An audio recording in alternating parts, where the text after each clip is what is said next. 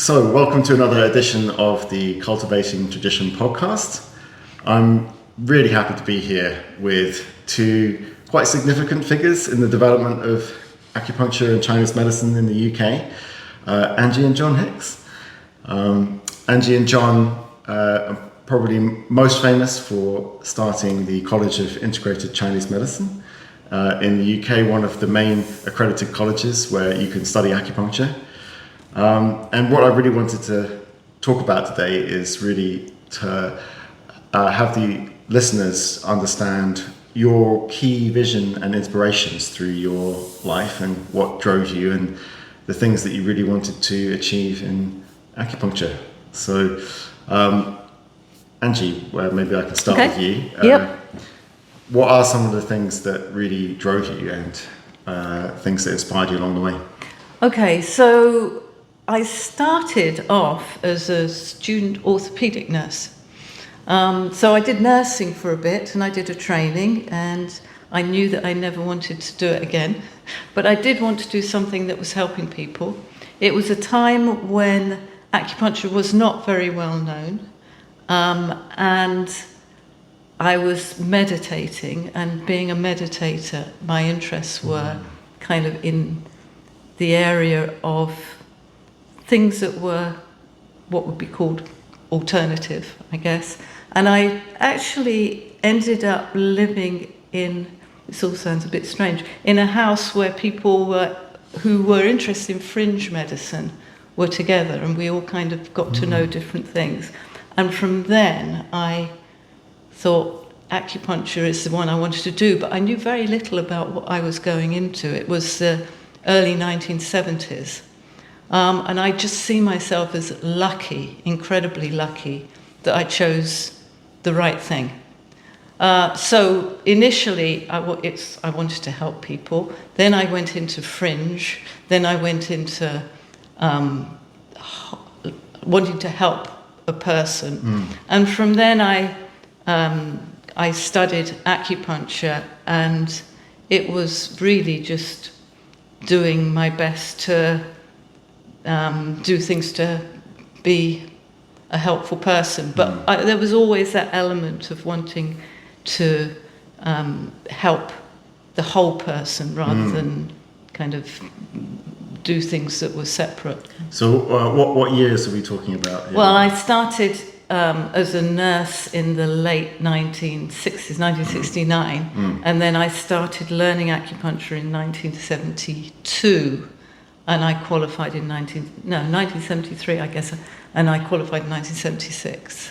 And am I right that you studied under both ICOM, Van Buren and J.R. Wesley? Yeah, my very first training was at ICOM, and then I moved to train with J.R. Wesley. One thing that people may not know, in the 70s, it was two main colleges, wasn't it, in the UK?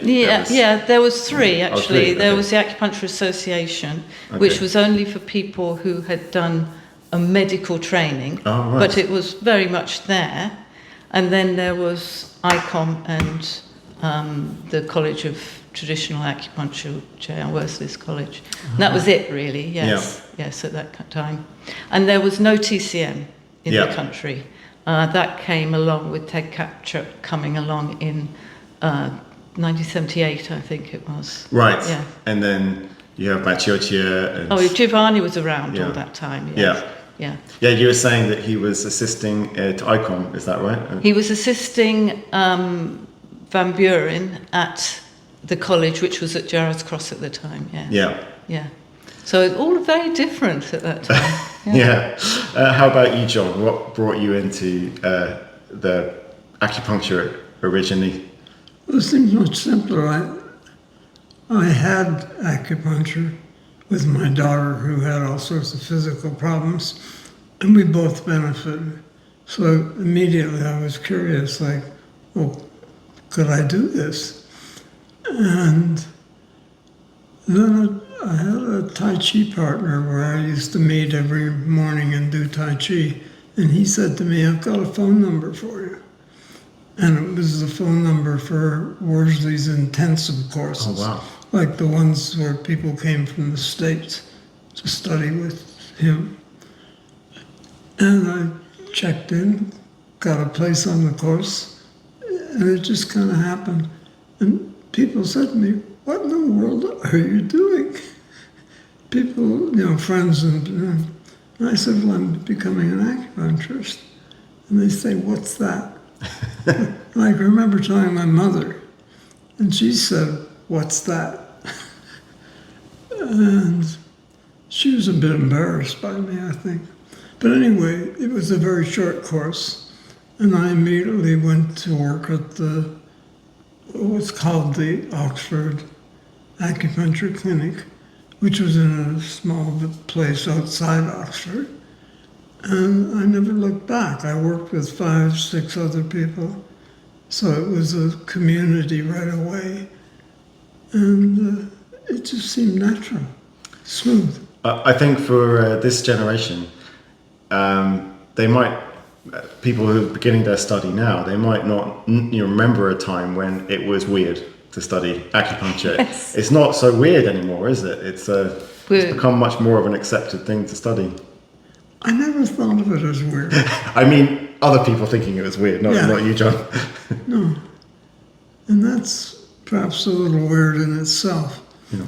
But my background had been Tai Chi, philosophy, so I usually had a pretty good internal sense that this is right for me. And it was absolutely spot on. And it feels like that internal sense has traveled with you through your career. It's flourished, Yeah. I had many friends say to me, "What in the world are you doing?" But I was absolutely right in the sense that it satisfied something quite important in me about helping other people and understanding how things work. Yeah. Just say a little bit more from my point of view doing it. I think I was at that time quite, I don't think I was quite anxious and things like that. And treatment itself made a massive difference to me. So it wasn't just, when I first went into acupuncture, like John, I didn't know what I was going into.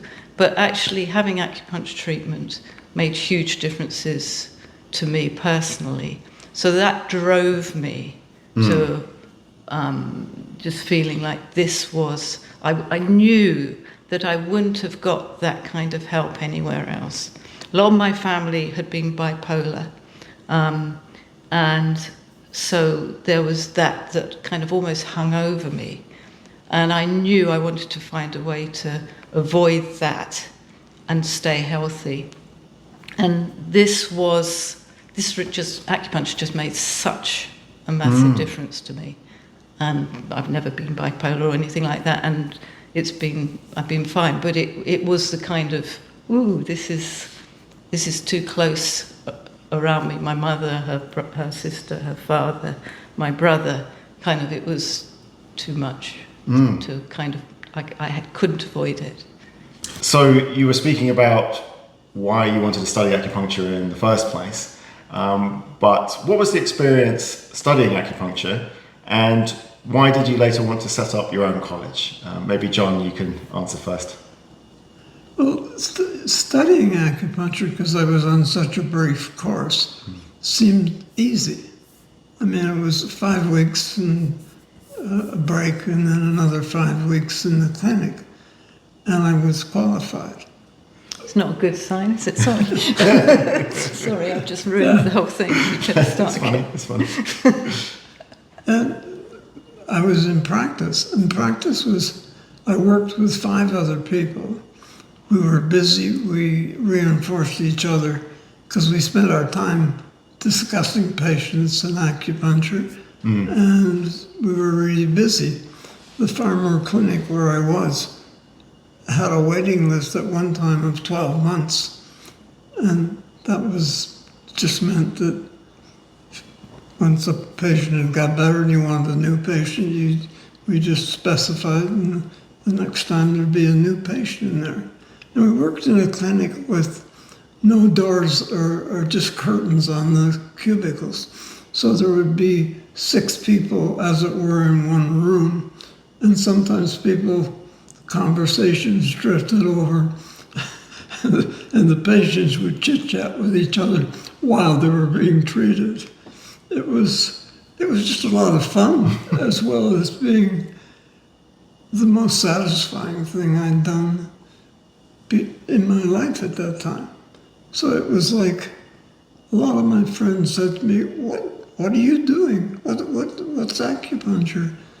And I'd try and explain, but it didn't matter. It just seemed absolutely straightforward, normal, and the right thing to do. I was lucky. And later on in your career, you decided to set up the College of Integrated Chinese Medicine. What was your inspiration behind that? Well, the first thing I did was I used to watch Worsley as to how he interacted with people.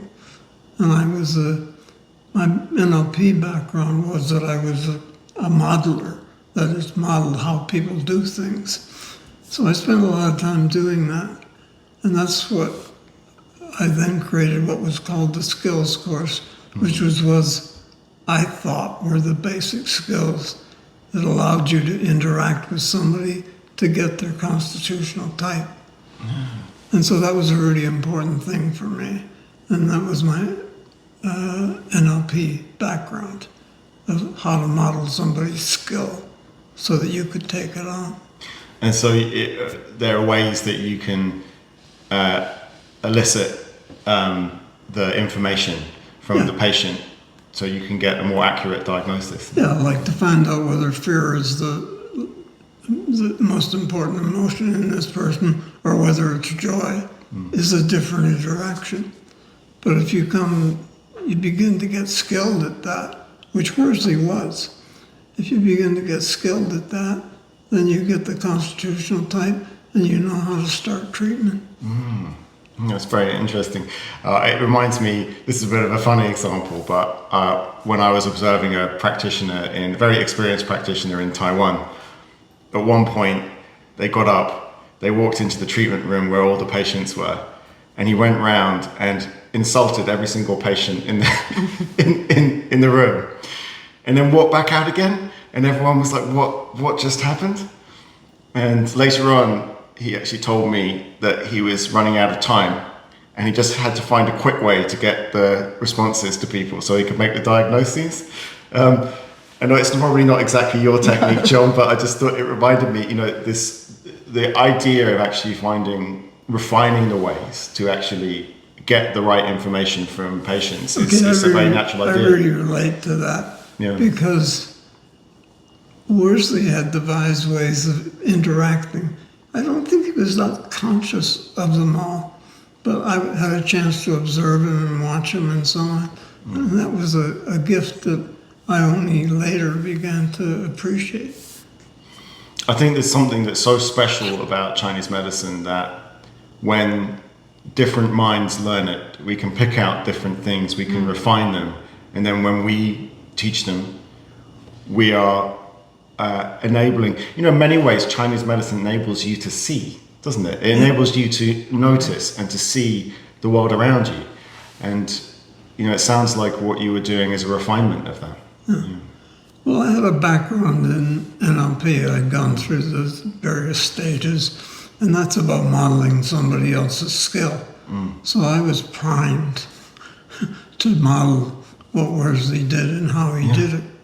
It just seemed like a natural thing, a gift, as it were. I haven't been taught by you, but I've read some of your books.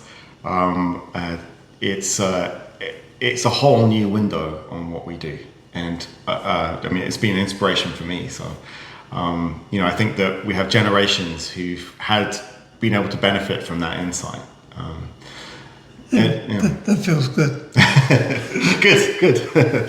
And Angie, what about you? So, what was your inspiration in the college and what you wanted to bring forth? Well,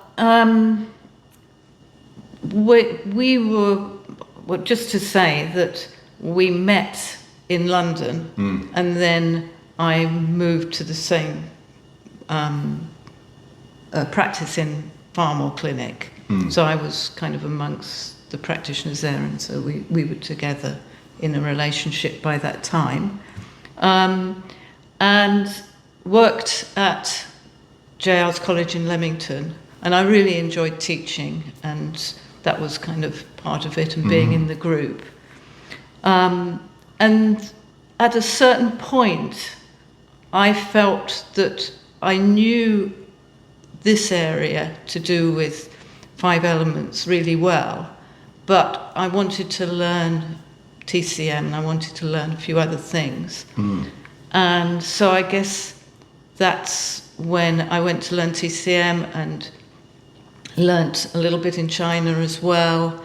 And at that point, it was like, well, why aren't we doing these together?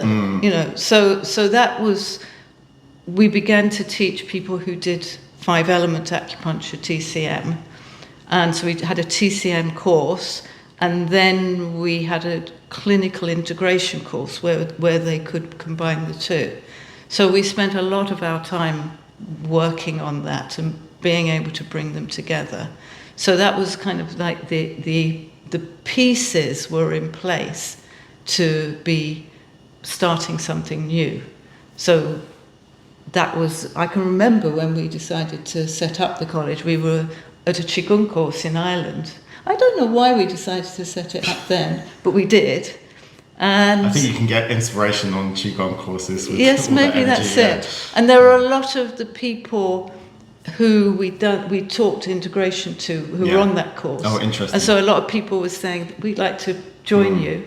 And so kind of, I remember talking that we wanted to do the college, and people saying they wanted to join us. And probably by the end of that time in Ireland, we hadn't decided how to do it, but we knew that that's what we were going to do.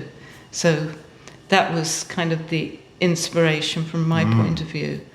And then we set about putting the college together, which was, no, actually we were teaching, then when we put the college together, we set up a teacher training course, and for the next year we taught the teachers how to teach, kind of thing. Well, everybody had to kind of come along and do a presentation, and the other people who were the future staff members were saying in feedback sandwiches, positive, then anything that could change, and then another positive, how that person did. And so we were kind of learning from each other's teaching at that point as well. So that was... And I think this is a key point, is that what it takes to set up a college and make it successful, it takes an enormous amount. And coming in to the British Acupuncture Council,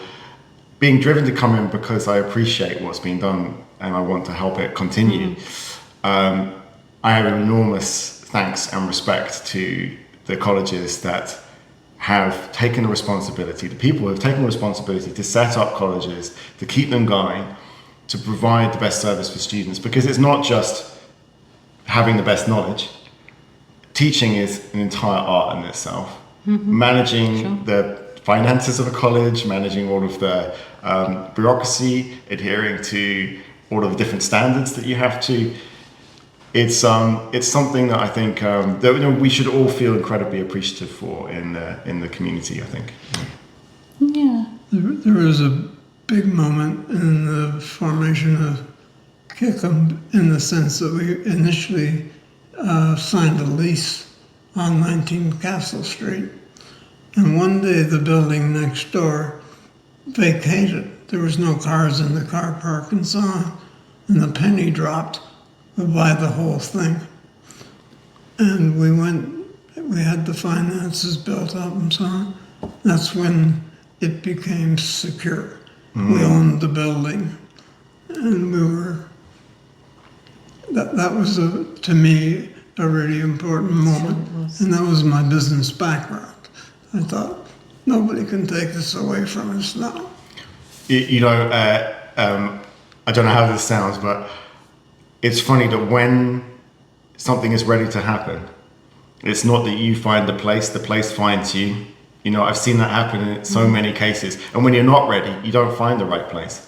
But it's You're right. that place is such a special significance for so many generations of people. Yeah. I've kind of got a thing that the doors open or the doors close. Yeah. And I always felt it was very purposeful for both of us to be doing the college together. Yeah. And we both had that kind of burning purpose, wanting to do it.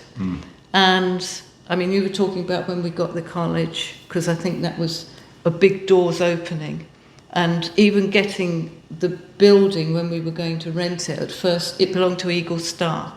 And they didn't want us there particularly, because we were a bit different, I think. And then one day, it all happened. And it was kind of there were so many doors opening. Yeah. It was like, this college is going to... I never, ever... People say sometimes, did you doubt that it would happen? Did you think it might not be viable? Never had any doubts that this was going to run and be a good college and it was going to thrive. It was just going to, you know, we could see that this was what people needed and wanted and at that time. So I think and it's not just a doorway opening for, you know, your project. It's a doorway opening for, is it how many thousands of students that have been? Yeah, we had 2 intakes a year, and when we retired, we'd been doing it for 30 years, and it's a lot more than that now. So that's a lot of graduates, really. Yes, which is a lovely feeling that we've got so many graduates around. So this is my next question. What advice would you have for someone who's graduating in acupuncture now, or even thinking of studying acupuncture, but start with people who are graduating now? Yes. Yes, for the ones who want to study. But if there's someone who's graduating now, say from Kickham or another college, what tips would you give them for their career? That question kind of stops me, because it's never been an issue. People seem to have gone out and built practices. It's like, is there a limited need for acupuncture? I don't think so. So I don't know where the limit or what kind of advice you'd have to succeed. Just get a place and start practicing. Just to say one thing, and that is that the final 6 months of the course is what we call pre-qualifying practice. You might know about it. And it does mean that people can go out on their own and treat patients, but they're sending everything to us. But they learn how to be an independent practitioner, but still be at the college. So they're still coming every week, and I think that's kind of key to people starting their practices. But I'd also say a few things, like I'd say concentrate on changing lives, not on changing symptoms, because you want to change the cause and what's beyond the symptoms. So I think changing lives is a biggie in terms of advice. And also I kind of say, don't do it for, it's not all about money. We never teach people that they're going to make lots of money or anything. In fact, we never talk about money much. They do a session on accounts in the 3rd year, but all of the emphasis that we put on the training is all about how they can help their patients, how fulfilling it is, what a privilege it is to do acupuncture and have people open up and have that conversation with people. And I think that's what has always driven us in terms of doing acupuncture, and I don't think people are attracted to a place that talks about making money. It's attracted to something that is going to be helping them to evolve and help their patients to evolve as better. better people, healthier people. I think that it's one thing that is difficult to summarize in a soundbite, that acupuncture changes lives, or that the whole framework that we engage with, even from the moment a patient walks into our clinics and goes through the whole process of a consultation and the processes that they go through to become aware of their own health in a different way, to have their every part of their conscious existence affirmed and heard, being brought into the awareness, and then going through the process of the treatment. You can't really sum it up in the word acupuncture, can you? There's so much that goes into what we do that is life transforming, and it's really important for people to know that. Yeah. Very much so. So you just said it. Well, I'm very honoured to have it affirmed from you, John.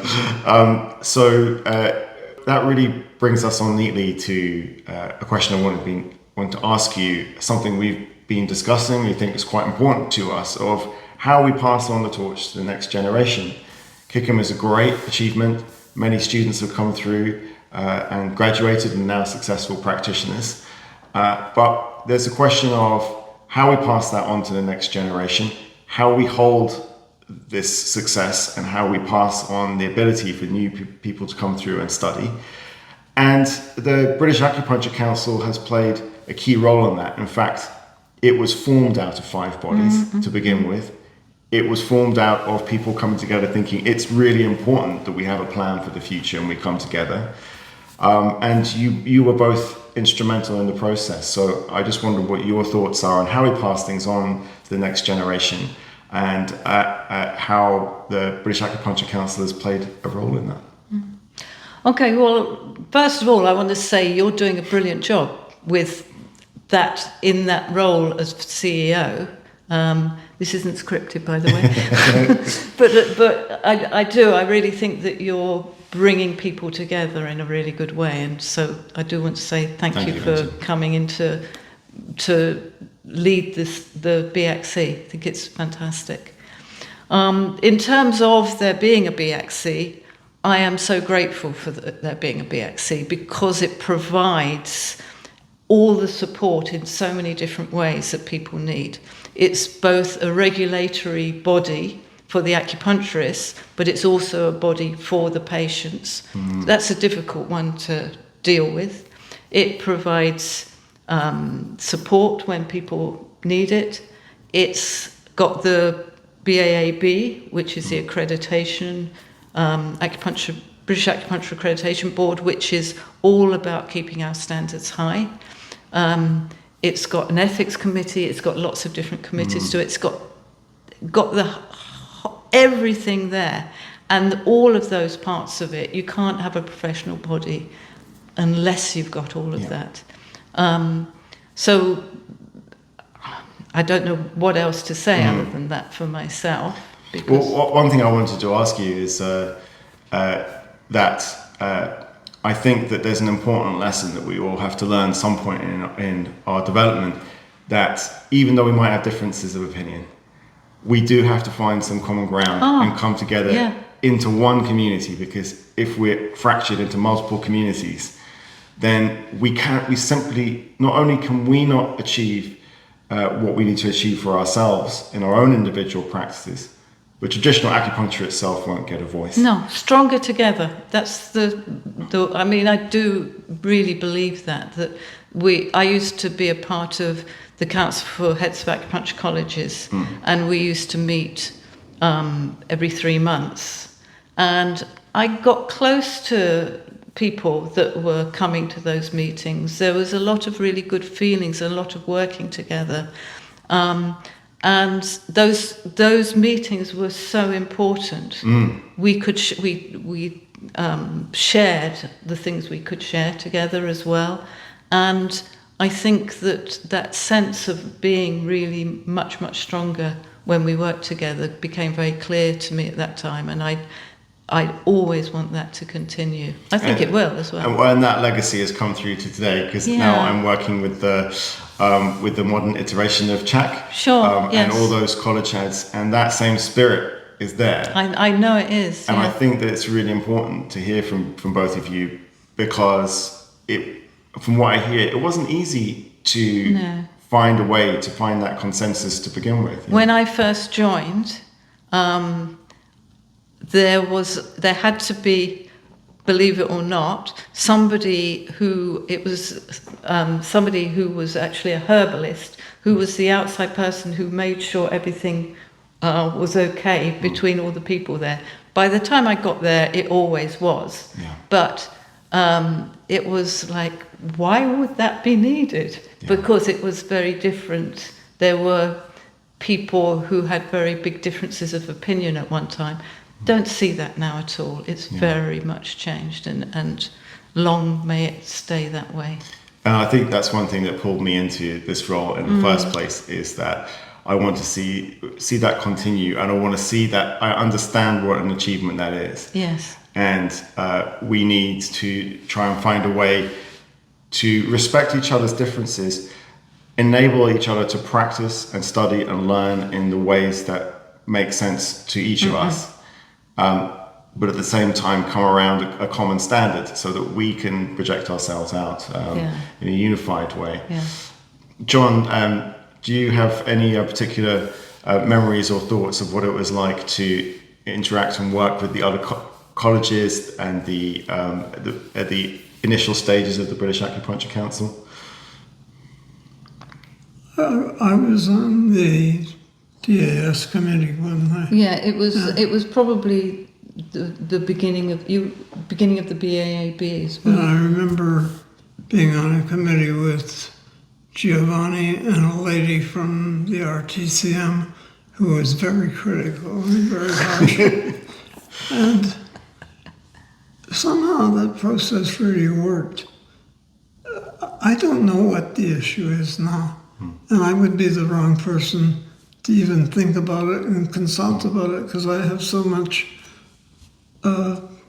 beliefs about things built into me. Somebody else is going to guide it, and I mean, you're a stimulus for that, and I think that's... Keep digging and keep looking.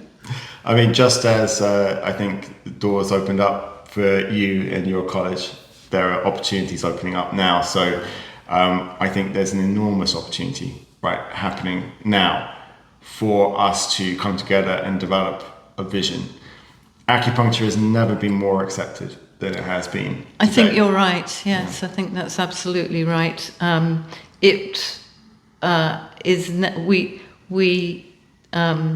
We do Myers-Briggs on our students, and when we first started, there's a certain type of student that is what we call an intuitive feeler, and I would say, don't know quite the percentage, but about 90% of the students belong to that. Oh, really? Yes, wow. Which is, and they were all intuitors, basically, and sometimes intuitive thinkers.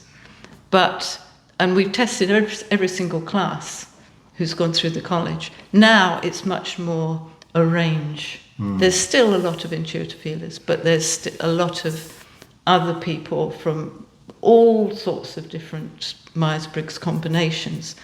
That says that acupuncture is acceptable. Sounds a bit silly, but it was because it was people who had the type of people who are more sensors like to know something is acceptable, and they now join the college. It's kind of interesting looking at that. We're definitely attracting a wider range of people, which enriches our community as well. Massively. Because you get different types of thinkers. Yes. You get a much richer expression of the medicine. Right? Very much so, yes. And I mean, when I first started, if I said I was an acupuncturist, same as John was saying, people would say, well, what's that? And I didn't even grow up with acupuncture being around. It was only in my teens that I'd ever heard of it. But now everybody knows what acupuncture is. That's a big And difference. importantly, that means more acupuncture is going to get out to people who need it. Of course. And I think that's why we're all in it in the first Yeah. place. Yeah. And that's what drives us. So I think that's a nice optimistic note to end on things. So thank you very much for participating Thank you. in this conversation. I think it's really important for not only our members, but for the public to hear from these voices from the development of how acupuncture has grown in the West. I'm very happy to say that Angie will be joining us for our joint BAcC CEO RCHM conference in June, which on the very interesting topic of spirals, which we've had some nice discussions about. So if you haven't already, And I think, please... John, you're going to come too he'll come with me. So- Fantastic, Yeah, fantastic. to the conference, Well, you'll be yeah. extremely I think welcome, so. John. And so if you haven't already, you can pick up some tickets from our conference website. But with that, I hope to see you at another edition of the Cultivating Tradition podcast.